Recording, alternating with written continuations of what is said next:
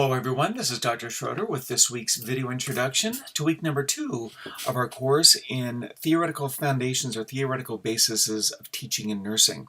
Had a good discussion in week number 1, I thought.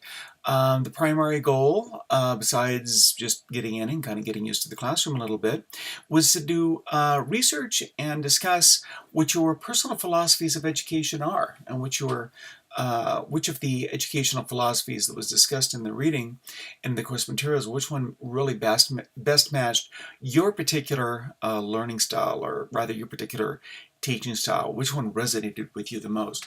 Of course, that's a very subjective question. All of us that teach and are educators have a little bit of a different take on exactly how we view education.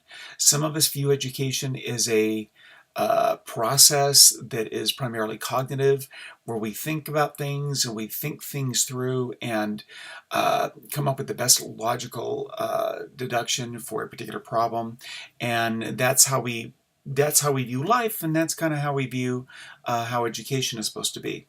Others are much more experiential, that life is something that changes based on our life experience, and that changes based on the experiences that we have. And so that really sort of jumps to what we're going to be discussing this week, which is building on the same concept and talking about learning styles and learning theory. There are many different theories that have developed over the years, and you're going to be doing some reading this week on some of the hallmark theorists from the years, or some of the key theorists from over the years. John Dewey and his concepts of progressive education, and when you think of John Dewey is the gentleman that back around the turn of the century in the 1900s came up with the concept that rather than teaching students history and languages and maybe things about cultural differences or biological differences between culture, why don't we just teach them about all these things at once? And we'll talk about how different societies and the different societies throughout the years have all been different, and how they have certain things that are they have common histories, and some things that are very common among them. And so he decided to term this social studies. And so social studies is a concept that encapsulates history and geography and social learning and all these different things. And so he ever since the mid-1920s, social studies has been the way that we've taught many different subjects in school, including psychology and sociology and languages and everything else. And so that's an example of how a particular theory has evolved, and how we actually teach based on a particular theory. And even in nursing, we use learning theory and teaching theory to develop our curriculum. Some schools will, for example, have in one semester, students will be learning about the fundamentals of nursing, and maybe mental health nursing, and then pediatric nursing. And then the next semester, they'll come in and learn about OR nursing, and they'll learn about community nursing and public health.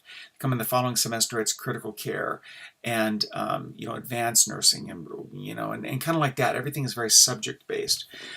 Some go by systems, where one semester you learn about the integumentary system, and another you learn about the circulation system, and then the cardiac system, and the renal system, and these are different classes built this way.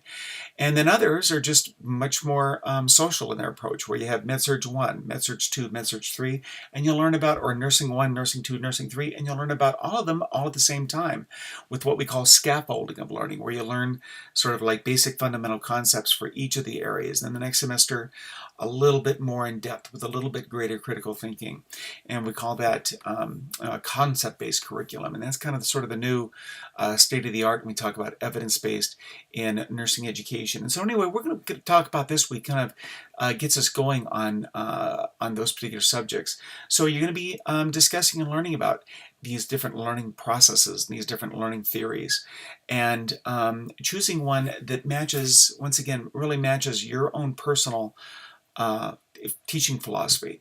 Another thing that I want you to think about this next week that really wasn't touched too much in the discussion questions, but is important, is to talk about the nursing meta paradigms. Remember the 4 nursing meta paradigms: nursing, person, health, and environment, and how they're defined by the different nursing theories, and how you would incorporate that into these learning theories. And I know that sounds a bit abstract, or kind of like Well, why is that important?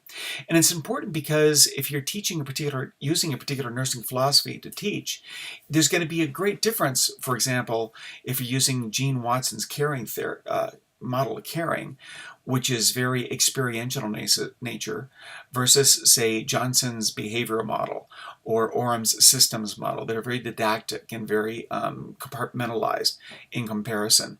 And so you're going to teach those different models or teach those different meta paradigms using different theories. And so I want to talk a little bit and kind of sort of get into that in the discussion this week.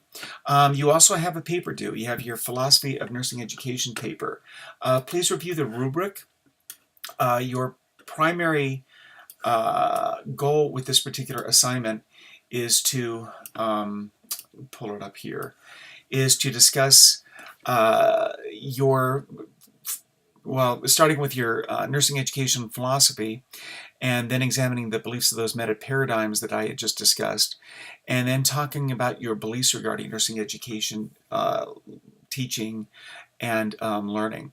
And so that's going to be the focus of this paper. The thing that I want you to remember is that it is an APA paper, so you should, even though you're going to be writing this in a somewhat of a personal style, because you're going to be reflecting your own philosophy. Really, this isn't an essay, so this isn't a I think, I feel, I believe paper.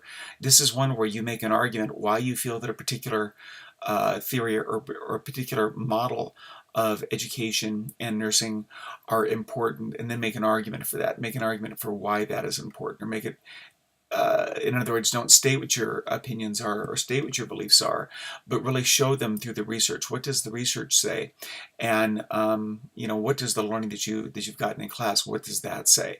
In other words, let your conclusion really stand on its own and not just be a statement of what I think or what I believe. So I look forward to participating in the discussions with you once again this week. Please review my responses from the previous week. I will be grading your discussion questions, I'm guessing, or excuse me, your week 1 discussion should be graded, I'm guessing, by Tuesday of this week. And that's pretty much my pattern. Is usually I do the discussion questions fairly early, and papers take a little bit longer. But we don't have any papers in week 1, so it's just going to be discussion feedback this week. So I look forward to participating in class with you once again. As you have questions, please let me know. And I will see you in the class discussions.